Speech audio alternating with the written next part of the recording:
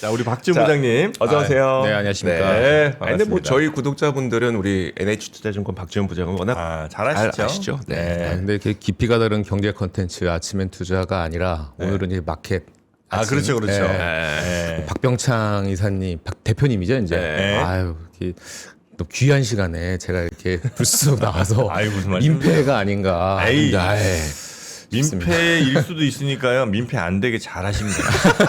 네. 맞습니다. 그러네요. 네. 자, 그러면 어떤 내용들 준비해 주셨는지 한번 가볼까요? 예, 전반적으로 저 자료도 좀 준비했는데 일단 뭐 지금 시장이 좀 있으면 바로 또 시작이죠. 시작이기 때문에 일단 시세도 좀 봐야 되는데 네. 그 시세 나오기 전까지 간단하게 말씀드리면 좋습니다. 일단 시장에서 옥죄였던 리스크 뭐 얼마 전 일이었기 때문에 뭐 기억이 다 나실 건데 세 가지 이슈 아니었겠습니까? 첫 번째는 일단은 브로드컴 관련돼서 브로드컴. 실적 노이즈 때문에 AI 관련된 수요 뭔가 브레이크가 걸린 거 아닌가에 대한 걱정거리 때문에 좀 한번 흔들렸었고 네. 두 번째는 아무래도 스페이스 X 상장에 따른 수급 블랙홀 이슈 때문에 뭔가 쏠림이 더 심해지면서 대한민국에 대한 수급이 외국인들의 이탈 이것도 네네. 환율 부담이 좀 있는데 오늘도 아마 FOMC 회의 이후에 NFT에서는 아마 환율이 1,525원까지 좀 치솟는 부분이 있죠. 맞아요. 네. 다만 좀 걱정이 좀 덜한 부분들은 역시 트럼프가 이 모든 워시 리스크를 잠재웠다. 그러니까 MOU 관련돼서 양해각서에 대해서 전자서명 관련된 이유가 있기 때문에 그런 것들이고 간밤에 사실은 FOMC 시작하기 전에 사실 반도체 테크 분위기가 굉장히 좋았었습니다. 네. 그러니까 외국 증권사들에 대한 반도체 기업들에 대한 목표가 수정을 이렇게 본물처럼 쏟아낸 날이 있었을까 싶을 정도로 굉장히 장 시작 전에도 리서치에서의 애널리스트들이 목표가를 굉장히 많이 올리는 분위기에서 이거 반도체 역시 오늘도 굉장히 이거 워시가 소위 말해서 매파적인 가면만 쓰지 않으면 참 네. 다행이겠다. 아무래도 트럼프 대통령이 지명한 이유가 분명히 있을 것이다라고 기대를 했으나 뭔가 비둘기 가면이 아닌 역시 매파적인 모습들이었기 때문에 시장이 좀 찬물을 끼었는데 지금 시간에서 다 그런 부분들을 많이 메이크업하고 있는 부분들에서 다행이다라는 것들이었고 확실히 매파는 매파적이었어요. 그런데 저는 이런 생각이 듭니다. 자리가 사람을 바꾸지 않을까라는 생각이 들기 때문에 스타트는 이렇게 하지만 PC 물가 3.6으로 연말까지 제시를 했기 때문에 그 부분 좀 지켜볼 필요가 있습니다. 그래서 분명히 저는 개인적으로는 트럼프가 지명한 이유가 분명히 있을 것이다. 뭐 시장에서는 파월형 그리워요, 파월형 그리워요를 외치고는 있습니다만 돌아와요. 네, 이러고 뭐 있더라고요. 간결하게 뭐 코멘트를 하겠다라는 부분들이고 뭐 점도표 얘기 나와 있고 사실 뭐 대차대조표라고 하는 게 막말로 얘기하면 전당포 역할을 하는 거 아니겠습니까? 그 부분들을 사실은 축소시키겠다라는 것들 네. 좋아요. 어느 정도 어그리를 하는 부분이지만 시장에서 가장 학수고대하고 있는 것은 제발 인상은 말아라. 너가 가장 지금 염려하고 있는 것이 물가라는 단어를 굉장히 많이 외쳤거든요. 그래서 인플레이션에 관련된 이슈들이 소위 말해서 에너지로 인한 기인된 원인이라면 그런 것들이 좀 지정학적 리스크 소멸과 함께 조금 가라앉게 된다라면 충분히 PC 물가 3.6을 네. 하회할 수도 있다라는 부분들이 있기 때문에 그게 이제 두 번째 아킬레스건이었고 그렇게 되면 금리 인상 조금 안 하거나 미루거나 덜해도 되는. 동결 정도로 계속 유지가 될 가능성이 있고 동결만 가도 시장은 오케이예요. 충분하죠.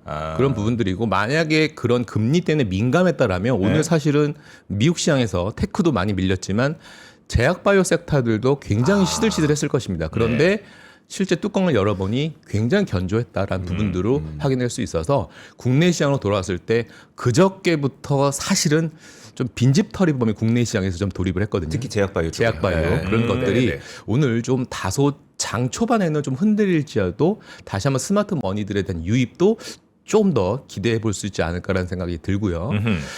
사실은 SK 하이닉스가 어제 사실은 뿜뿜하지 않았겠습니까? 닉스. 초반에 비해서 후반에 확 올라가더라고요. 기억나세요?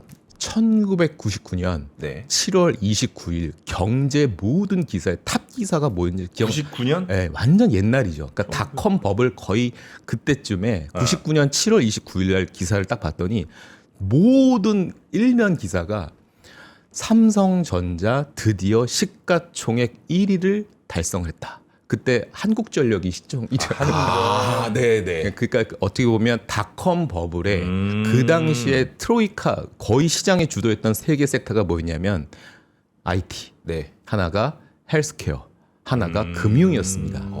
그래서 어쨌든 이런 흐름들이 다시 한번 그 당시의 어떤 흐름들을 재현할 수 있다라면 사실 요즘에 많이 이제 투자자들이 걱정하고 있고 또 모니터링하고 있는 이슈가 삼성전자 시총 혹시 탈환한 거 아니야? 라는 거에 대한 부분들. 그게 사실은 ADR 상장을 얼마 앞두고 있는 상태이기 때문에 PER 지금 7배 놀이터에서 PER 10배, 11배 받고 있는 마이크론 놀이터로 좀 가는 거 아니겠습니까? 네. 그러면 뭔가 퍼포먼스가 나오게 되면 이거 생각보다 SK 하이닉스가 이거 한번 또 탈환하는 거 아니야라는 그런 관전 포인트도 사실은 있는 대목이긴 하죠. 닉스가 시총 1위 하게 되는 순간 예. 그게 이제 마지막이다라고 보는 분들이 있더라고요. 아, 그래요? 그러니까 시장이 시장이 그때도 왜 좀 삼성전자 1등 하고 나서 네. 얼마 안가 그러면 닷컴 버블 꺼진 거 아니에요?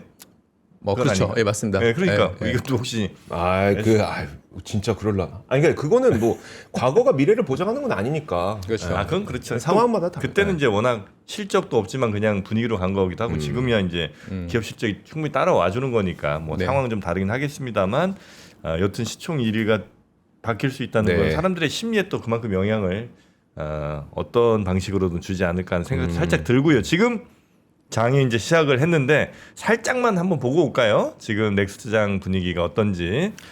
예, 시장을 제가 이제 제 MTS, HTS 화면을 좀 보고 있는데요.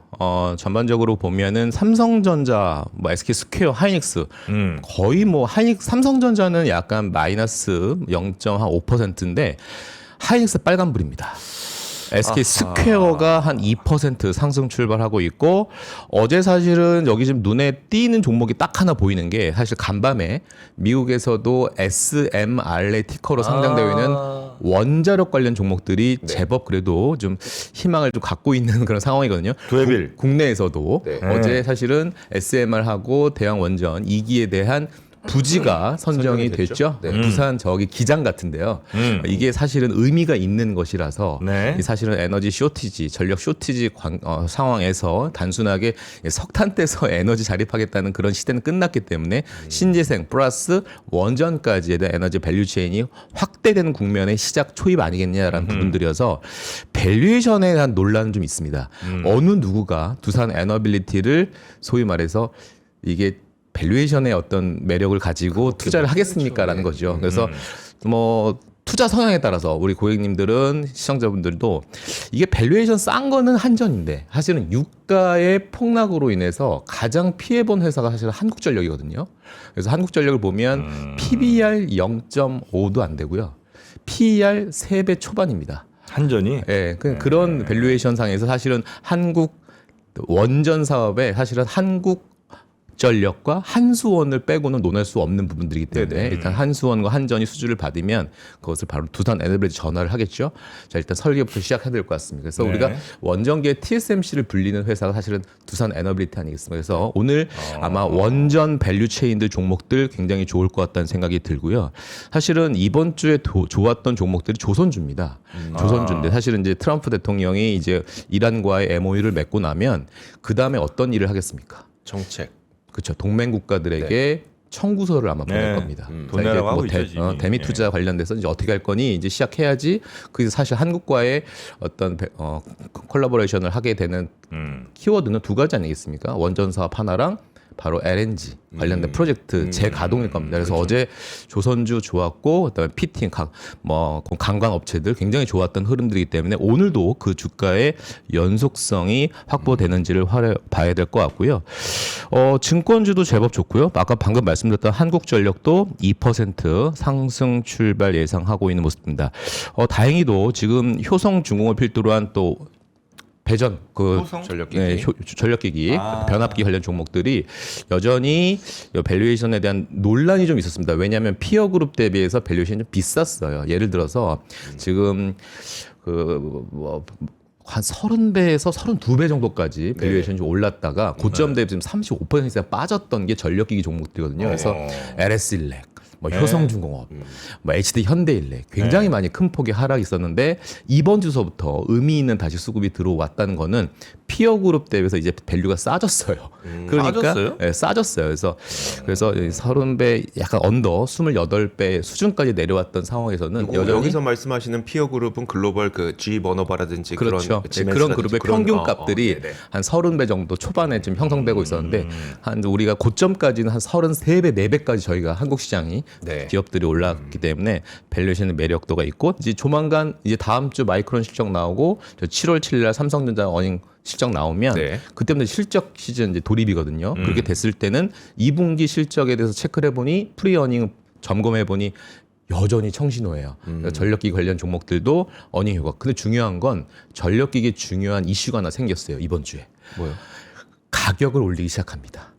그래서 10% MLCC 가격 올리는 것처럼 네. 전력기기 관련된 이런 부품단의 종목들 기업 가격들을 올립니다. 이것도 가격 전가가 되게 쉬운 그런 섹터이기 때문에 그런 흐름들까지도 어닝에 반영될 거고 환율이 또 1,500원 이상에 놀고 있기 때문에 이 수출 데이터 관련돼서 굉장히 민감한 업종이거든요. 그래서 전력기 관련 종목들도 나쁘지 않을 거다라고 생각을 하고 있고요. 지금 최근에 분위기 좋았던 게 또 방산주인데 문제는 이런 거죠. 시장은 단순하게 전쟁 휴전이 되면 방산에게는 좀 단기적으로 좀 분위기 안 좋은 거 아니야라고 생각할지 모르겠지만 여러 가지 호재가 좀 그런 기본적인 단순한 1차원적인 생각들 뒤엎는 게 뭐 여러 가지 또 유럽에 있는 방산과 한국에 있는 방산 업체들이 또 MOU를 맺고 같이 동맹하는 이런 흐름들이 있기 때문에 이렇게 수출 데이터에 대한 부분들까지 역시 좀 긍정적으로 좀 전망이 되고 있는 상황들이 이어지고 있어요. 네, 우리 부장님이 네, 설명이 너무 좋은데요. 그렇습니까? 그리고 이렇게 기본적으로 예. 이 목소리, 네. 이 딜리버링이라고 하나요? 하여튼 이게 전달되는 힘이 굉장히 너무 감동적입니다. 목소리 톤이 너무 좋아요. 네, 그리고 친절하세요. 그래도 정프로님만큼 하겠습니까 목소리가? 물론 저만큼은 생각하시면 안 되죠. 이게 그렇게까지 생각하시면 곤란해요. 네. 근데 진짜 목소리가 너무 좋으시다. 예, 어쨌든 너무 다행입니다. 저는 워시발 네. 발음 똑바로 해야겠네요. 워시에 관련된 그래서 관련된 저 리스크가 좀 걱정이 좀 있어서 사실 이제 스튜디오 오기 전에 제 마음이 무거웠는데 네. 너무 다행입니다. 그래서 역시 반도체가 역시 마이너스 출발이 아니라서 다행이다라는 모습들이고 다만 네네네. 어제부터 조금 이제 투자자분들이 사실은 약간 야누스적인 얼굴을 갖고 있죠. 그러니까 대형주 땅 갖고 있는 종목들은 그래도 괜찮은데 네. 이 코스닥 개별주를 갖고 있으신 분들은 아직 표정이 어둡습니다. 그래서 어제 뭐 코스닥 승강제 관련된 종목들 많이 나오고 있는데 뭐 100개 정도 예상하려고 했는데 뭐 70개 뭐 이런 뭐 뉴스 단독 기사로 나왔죠, 뭐. 이었는데 모르겠습니다. 7월이 되면 이제 뭐 코스닥 이제 올해 30주년 행사도 있을 법한데 뭐 7월에 나오는 내용들 잘 봐야 될 텐데 코스닥의 분위기 즉 이 분산이라는 흐름이 과연 우리 대한민국 주식시장에서 좀 나올까? 라는 부분들 오늘 이따가 자료 보여드리면서 좀 설명을 쭉 한번 내러티브를 한번 말씀드려보겠습니다. 네. 좋습니다. 그러면 일단 뭐 아침 분위기는 대략적으로 우리가 살펴봤고요. 우리 부장님께서 준비해주신 뭐 자료와 함께 말씀 한번 들어볼까요? 네, 제가 방금 말씀드렸던 이 분산이라는 얘기를 좀 드리고 싶어요. 사실은 간밤에 미국 시장 살짝 보셨으면 아시겠지만 ASML이라든지 어플라이드 머티리얼즈 이런 종목들은 그래도 굉장히 강했다. 장비도 괜찮았죠. 장비 괜찮다. 그러니까 사실은 이런 거죠. 우리 애널리스트들이 뭐 하는 직업이냐, 어제도 말씀드렸지만 이게 미분하시는 분들입니다. 그러니까 각도를 측정하시는 분, 경사도를 측정하시는 분들이거든요. 그래서 지금 보면 제가 이 자료에 보면 첫 장에 이게 이 삼성전자, SK 하이닉스, TSMC들에 대한 캐펙스 추이를 쭉 보는 겁니다. 올해 언제부터냐면 하반기서부터 진행될 건데 단순하게 이 막대 그래프의 이 센티미터 길이만 재봐도 이게 드디어 캐펙 수자가 시작되는 첫 단추가 시작되는구나라고 했을 때 모르겠습니다. 삼성전자가 이제 7월 초에 실적 발표 애널리스트 좀 컨센을 딱 두들겨 보니까 88 한 5조 정도가 컨센에 형성되어 있는 것 같아요. 근데 우리가 보통 이런 얘기하죠. 스트리트 컨센이라고 네네. 길거리에 돌아다니는 여의도 금융가에 돌아다니는 컨센은 사실은 95조예요. 아 그래요. 예, 환율 효과 때문에 예, 그 부분은 좀 반영이 안 된 게 있는데 또 어느 하우스는 아니다. 100조 넘긴다라는 부분들도 사실은 얘기가 있습니다.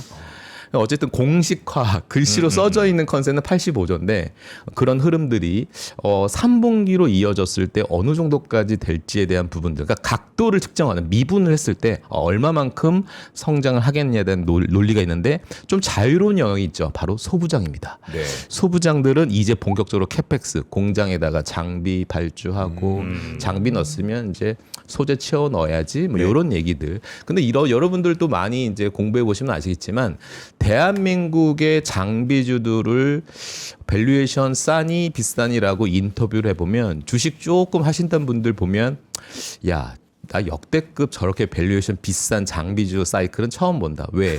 원희가 이피스, 유진테크, 테스, 주성 엔지니어링 이들의 PER이 지금 35배에서 센 거는 40배입니다. 네.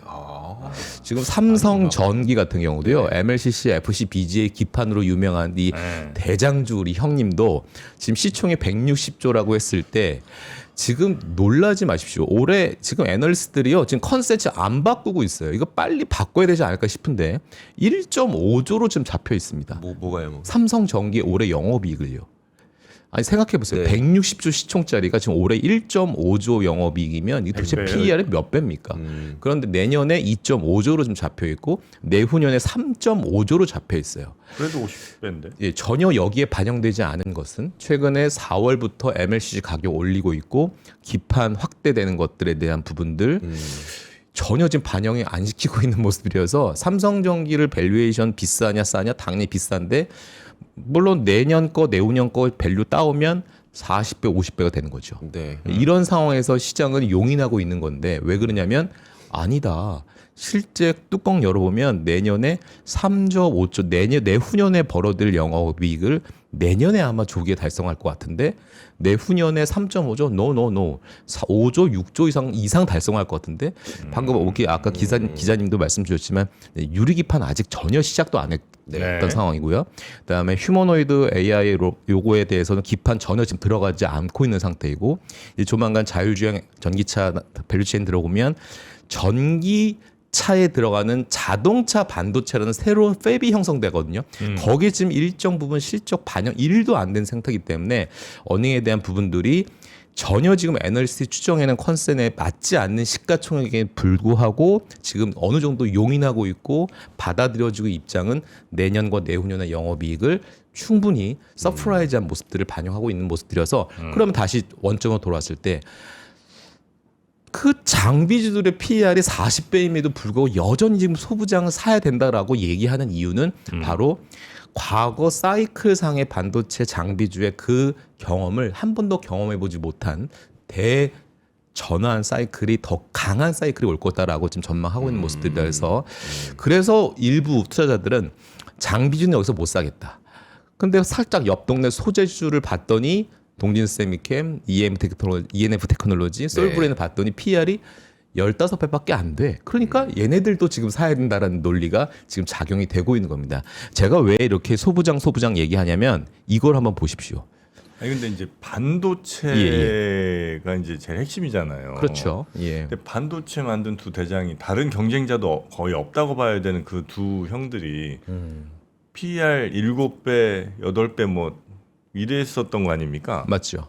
지금도 뭐 그 정도 수준인 것 같은데. 맞습니다. 그러니까 사는 게 전혀 부담이 없을 수 있는데 네.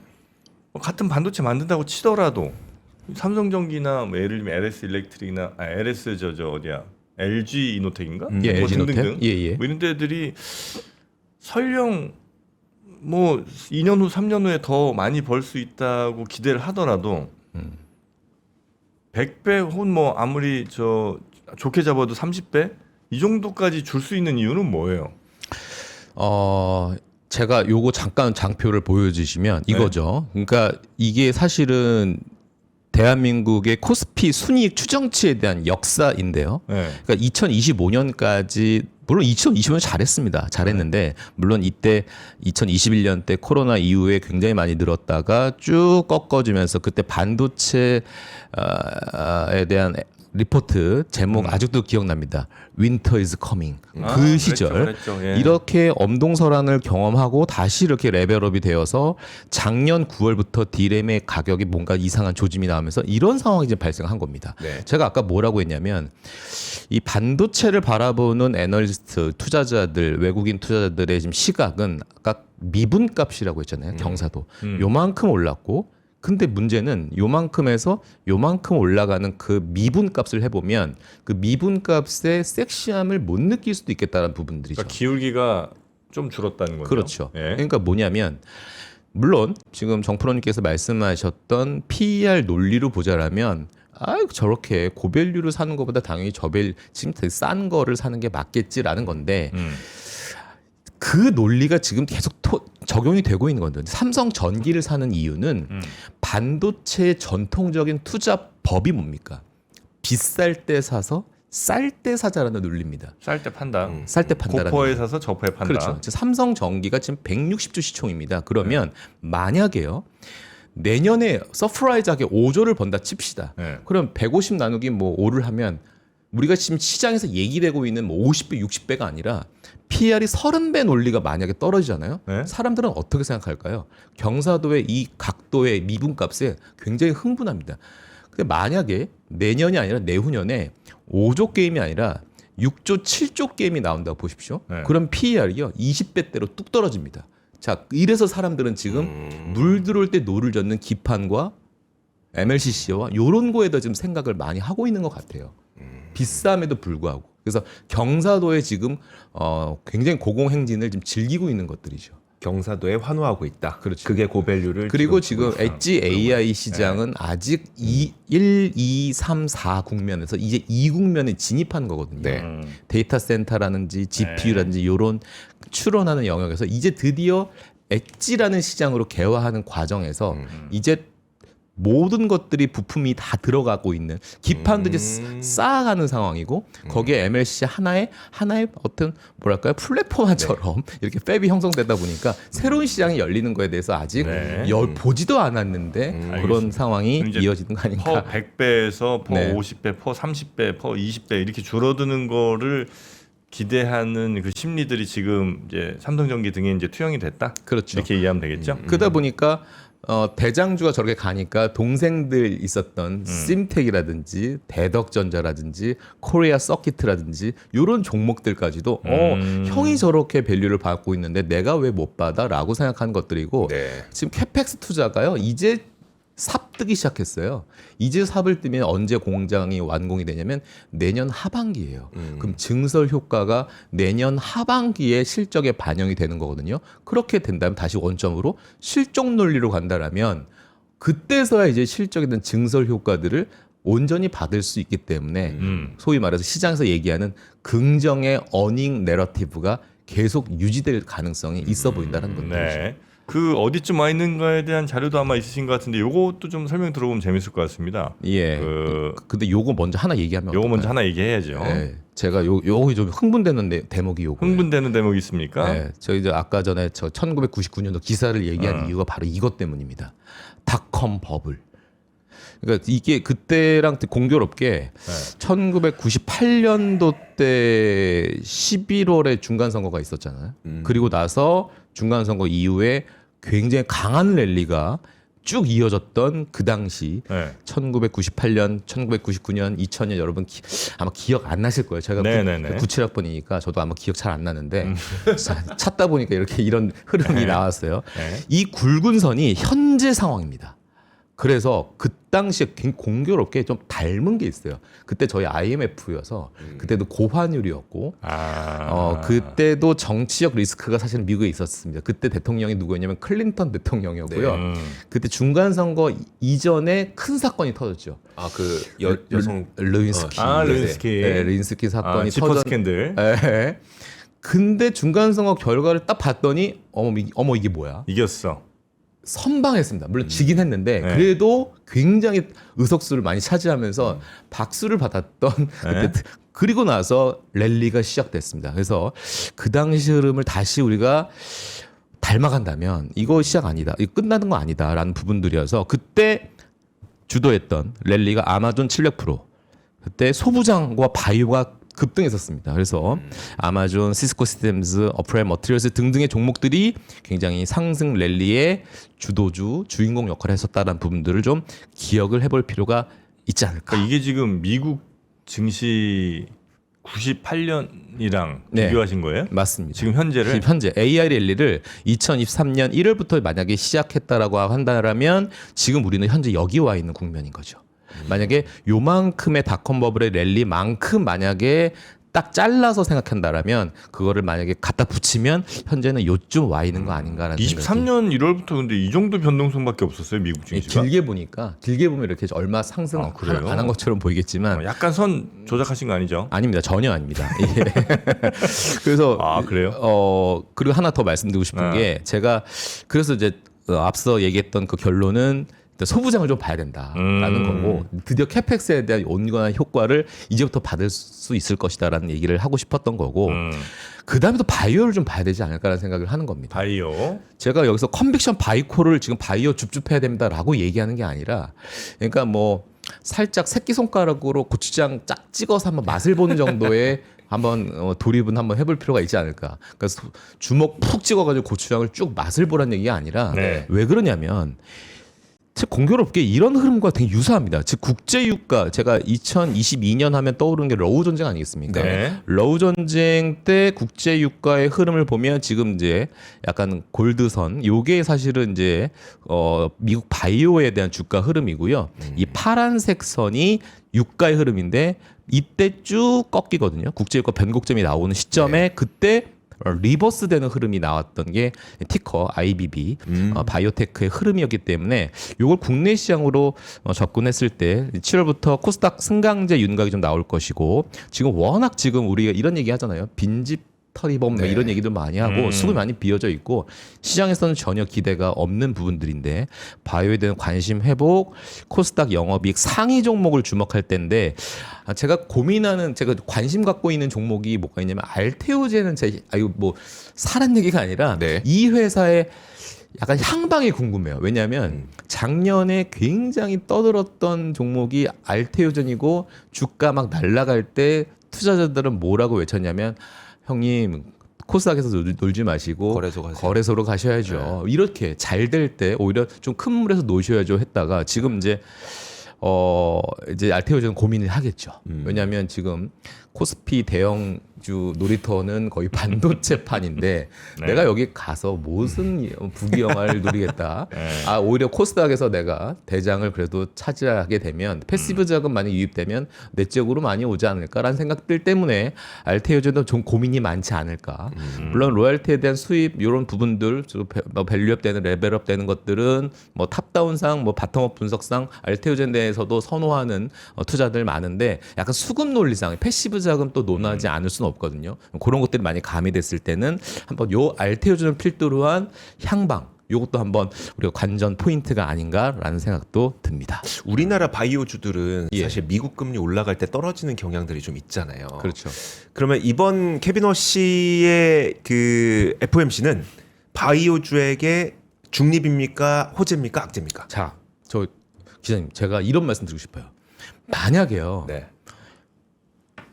워시가 금리를 한번 올렸다 칩시다. 지금 사실 이미 강을 다시 돌아올 수가 없는 상황이 진행됐어요. 무슨 말씀 드리고 싶은 거냐면 지금 하이퍼스케일러들에 대한 캐펙 투자는 이미 많이 진행돼 있죠. 네. 올해 한 3분기가 되면요. 소위 말해서 빅테크들이 걷어들이는 영업이익보다 얘네들이 앞으로 돈을 쏟아내어야 할 돈들이 이제 역전되는 시점입니다. 이제 수익성 관련돼서 이제 고기를 낚아야 될 시점을 이제 논할 때가 이제 드디어 3분기가 됐다는 얘기거든요. 금리 만약에 0.25를 올린다 한들 다시 원위치 오겠습니까? 전혀 그렇지 않다라고 생각을 하고 있거든요. 그리고 지금 만약에 0.25라는 그 허들이 굉장히 높아 보인다라면 투자들은 섹터 플레이에 대해서 일단 뒷짐지겠죠. 근데 최근의 흐름들 보면 스마트 머니들 보면 우리 한국 시장의 바이오 흐름을 보지 마시고 미국의 저 큰 놀이터를 한번 보십시오. 지금 제약 바이오들 흐름 보면요. 생각보다 강한 흐름을 보이고 있습니다. 제가 아까 1국면, 2국면, 3국면, 4국면이 진행될 때 그 4국면에 이따가 자료 보여드리겠지만 뭐가 있는지 아십니까?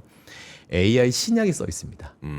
AI 신약. 즉 우리가 신약 개발이라고 하는 임상, 1상, 2상, 3상이지만 이게 보통 짧으면 7년, 길면 10년이거든요. 네. AI 신약 시대가 되면요. 이제 1년입니다. 그런 시대가 이제 최종인데 그런 엄청난 우리가 한 번도 경험해 보지 못한 시장에 그 금리 0.25%라는 그 이슈 하나 가지고 만약에 벨트 더 졸라매야 된다? 그 시장은 아닐 거라고 생각을 하고 있는 상황이기 때문에 이럴 때 오히려 노이즈가 생길 때마다 오히려 조금 더 퍼포먼스가 나올 만한 그런 섹터들은 줍줍을 해야 되는 시기가 아닌가라는 생각도 해보는 바입니다. 네, 알겠습니다. 자, 그리고 근데 네. 바이오는 조금 네. 그래서 컨벡션 바이코를 외치는 건 아니지만 네, 그러니까 워낙 찍어 지금 관심도가 뚝 떨어져 있는 상태이기 때문에 네. 여기서 일정 부분 예를 들어서 100에서 50이 떨어지면요. 보통 한 20-30%는 자율 반등이 나올 때가 있는데 그게 단순한 기술적 반등이 아니라 뭔가 이제는 모멘텀들이 개별적으로 이렇게 좀 세게 나오는 것들이 있습니다. 뭐 신약이라든지 아니면 에로라든지 아니면 뭐 학회라든지 여러 가지 이슈들이 좀 그래도 상반기보다는 하반기에 나올 악재가 없어요. 왜냐하면 삼천당 이슈 있었죠. 네네. 또 ABL 바이오 이슈 네네네. 있었죠. 또 여러 가지 이슈들이 더 터질 게 있겠어라는 거에 대한 부분들이어서 매를 맞다가 열 대 맞으면 이제 감각도 없습니다. 그래서 악재에 둔화되는 시점이 지금 아닐까라는 생각도 드는 국면이죠. 네. 그만 맞고 싶습니다. 저도 이제 아이고, 워낙 처맞아가지고 다른 거.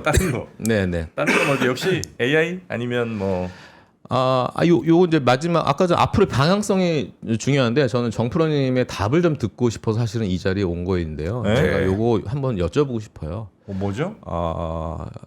1번인가요? 2번인가요에 대한 질문인데. 우리가 앞으로 갈 길이 예, 이제 지금 이제 실적 시즌을 앞두고 있는 네. 이제 6월에 이제 도래됐는데 요 흐름으로 갈 거냐 아니면 요 흐름을 갈 거냐에 따라서 섹터에 대한 선정, 우리 매매 전략, 투자 전략이 굉장히 머리 아파질 수도 있거든요. 그래서 우리 보통 뭐 리서치 센터들이 제시하는 투자 전략, 뭐 하반기 투자 전망 이런 것들도 참고하실 수도 있겠고, 개인적으로 아마 전략들을 촘촘히 해야 될 시기가 아닌가라는 생각이 들어서 어떻게 보시나요? 1번으로 가냐, 2번으로 가냐. 한번 조정 갔다가 갈 거냐, 아니면 그냥 쭉 스테디하게 1번으로 갈 거냐. 1번 위쪽에도 뭐 하나 그려졌으면 좋겠는데 뭐 예. 그게 없으니까 일단 1번에 가까운 걸로 가겠습니다. 1번으로. 네. 기자님도.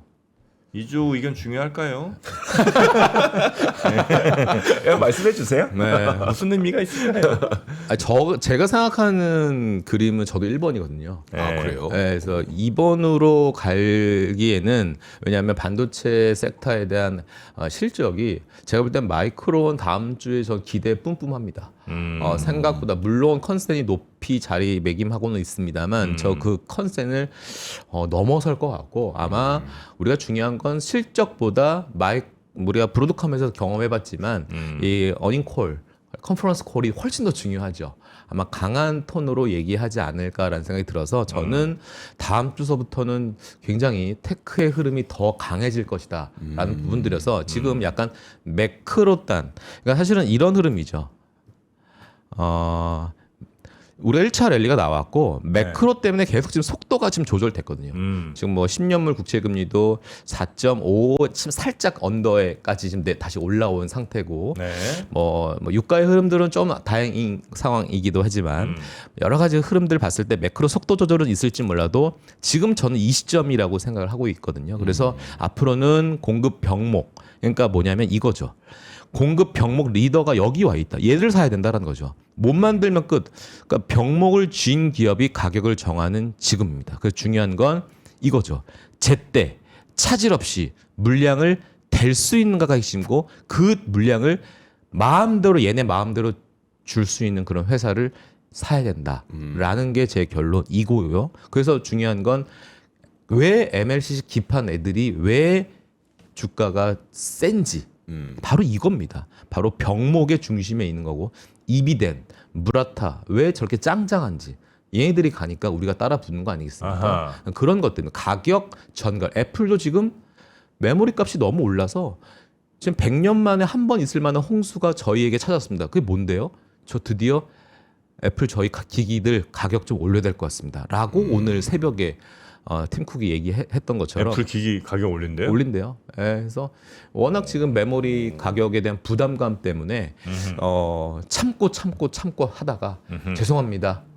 올리겠습니다라고 폭탄 선언을 했는데 중요한 건 이거죠.